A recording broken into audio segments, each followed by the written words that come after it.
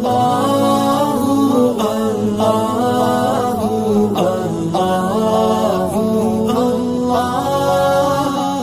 اللہ الرحمن الرحیم۔ کہانی کی شروعات اوغوز ترک نسل کے قائ قبیلے کے ہجرت کے منظر سے ہوتی ہے۔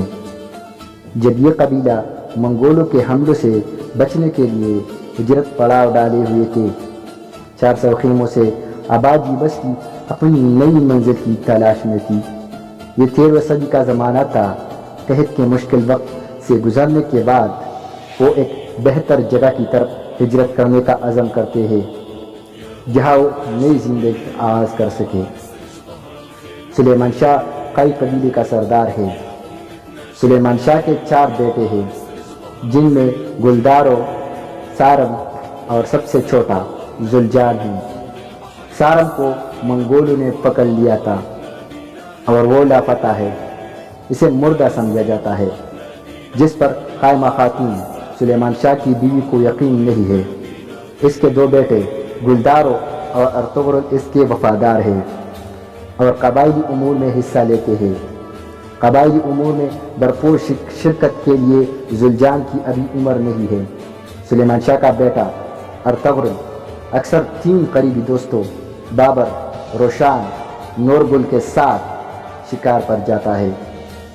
شکار کے دوران میں ان کا سامنا ٹیمپر سے ہوتا ہے جو 3 قیدیوں کو لے کر جاتا ہے۔ ارطغرل اور اس کے دوست ٹیمپرز کو مار دیتے ہیں اور ان 3 قیدیوں کو ایک نوجوان لڑکی جس کا نام حلیمہ سلطان ہے، اس کے باپ شہزادہ نعمان اور اس کے بھائی شہید کی جانیں بچا لیتی ہے جن کو پھانسی دی جاتی تھی۔ ارطغرل اور اس کے دوست ان کی بازیاب شدہ قیدیوں کی اصل شناخت کہ ان کا تعلق سلجوقی سلطنت کے ایک عظیم گھرانے سے ہے، جانے بغیر ان کو اپنے قبیلے لے آتے ہیں۔ ایک بار پھر پکڑ جانے کے خوف نے حلیمہ اور اس کے اہل خانہ کو ان کی اصل شناخت ظاہر نہ کرنے پر مجبور کیا ہوا ہے۔ قبیلے میں حلیمہ اور اس کے اہل خانہ کی آمد سے قائ قبیلے کو نئی مشکلات آ جاتی ہے۔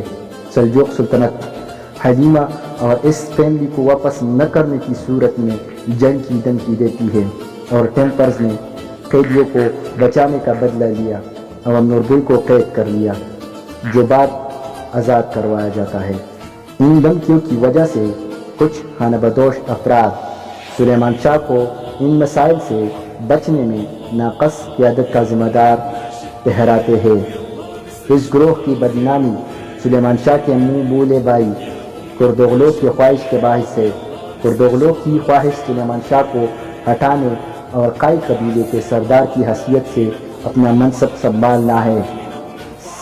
سلجان خاتون شہناز خاتون گلدارو کی بیوی حلیمہ اور اس کی فیملی کے خلاف ہے، لہٰذا وہ روشنی خاتون اور شاہینہ سے سرگوشی کرتی ہے۔ بدنامی کو حل کرنے کی کوشش میں سلیمان شاہ ارطغرل کو اپنے قبیلے کے لیے ایک نیا مقام تلاش کرنے کے مشن پر بھیجتا ہے۔ خاص طور پر وہ ارطغرل اور اس کے 3 ساتھیوں کو امیر خلد عزیز سے معاہدہ کرنے کے لیے حلب بھیجا گیا ہے۔ ارطغرل کو پتہ چلتا ہے کہ امیر خلد کے محل میں صلیبی مسلمانوں کا روپ دھارے ہوئے کام کر رہے ہیں کہ اپنی چالوں سے ارطغرل کو قید کروا دیتے ہیں، لیکن وہ کچھ شیردلوں کی مدد سے آزاد ہو جاتا ہے۔ شہزادہ نعمان اور اس کی بیٹی حلیمہ سلطان بھی حلب میں جاتے ہیں جہاں پر امیر حلب حلیمہ سے شادی کرنا چاہتا ہے، لیکن حلیمہ سلطان عین نکاح کے وقت انکار کر دیتی ہے۔ بعد امیر حلب کو سچائی کا پتہ چل جاتا ہے اور وہ ارطغرل سے معذرت کرتا ہے۔ کردوغلو کی غداری سامنے آ جاتی ہے اور اس کی گردن ارطغرل کی تلوار اڑا دیتی ہے، جبکہ شہناز خاتون بھی توبہ تاب ہو جاتی ہے۔ تو دوستو، یہ تھی پہلے سیزن کی مکمل کہانی۔